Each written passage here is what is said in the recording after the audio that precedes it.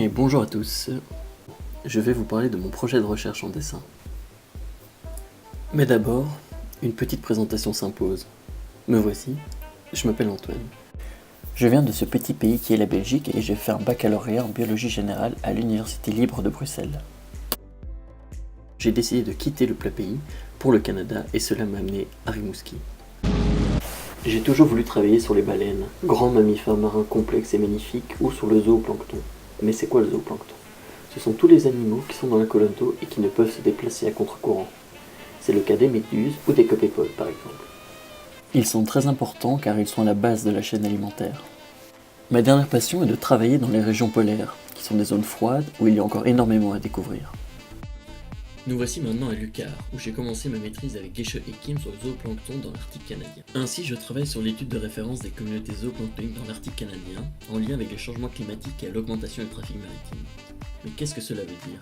Remettons tout dans le contexte. Voici l'Arctique en ce moment, avec le couvert de glace au milieu et le trafic maritime en rouge qui se déroule l'été.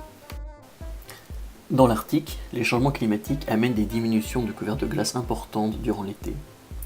En 2050, on devrait s'attendre à ce que la quasi-totalité du couvert de glace fonde durant l'été, créant ainsi de nouvelles voies navigables et une saison de navigation plus longue. Et d'autre part, il y a de plus en plus d'exploitation de ressources dans l'Arctique. Et tout ceci contribue à l'augmentation du nombre de navires. Or, les navires sont la principale source d'introduction d'espèces exotiques dues aux eaux de ballast. Mais c'est quoi les eaux de ballast?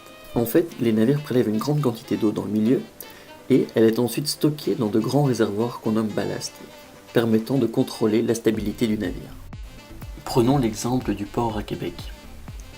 Lors de son déchargement de marchandises à ce port, il va remplir cet angle d'eau qui se remplit de plancton.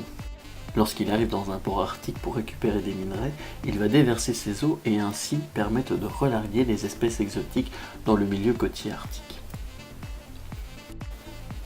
Ainsi, le fait qu'il risque d'y avoir énormément de trafic maritime dans le futur va potentiellement permettre à un grand nombre d'espèces de se déverser dans les ports d'Arctique et impacter les communautés. Par exemple en mangeant les mêmes sources de nourriture que les espèces locales, pouvant ainsi rentrer en compétition avec celles-ci pour la nourriture si elle devient limitante. Et ainsi dans certains cas causer l'extinction d'une ou plusieurs espèces. Cet impact va dépendre des espèces exotiques introduites, des communautés locales et des facteurs environnementaux tels que la température et la salinité.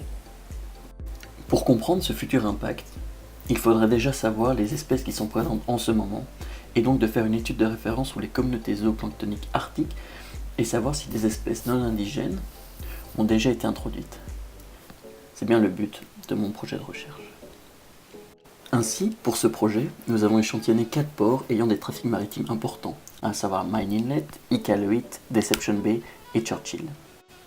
A l'aide de filets à zooplancton et d'une sonde CTD permettant d'avoir des données de profondeur, température, salinité et pH, des échantillons ont été conservés dans l'éthanol.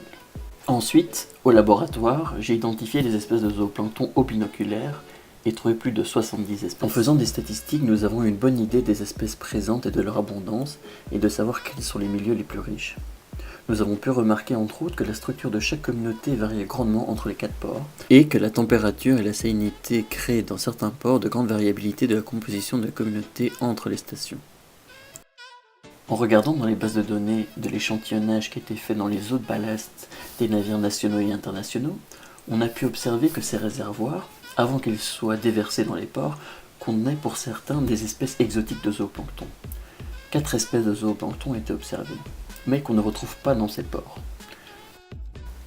La méthode d'identification par binoculaire nous montre que ces ports ne sont potentiellement pas encore impactés par l'arrivée d'espèces exotiques et ainsi composés uniquement d'espèces indigènes.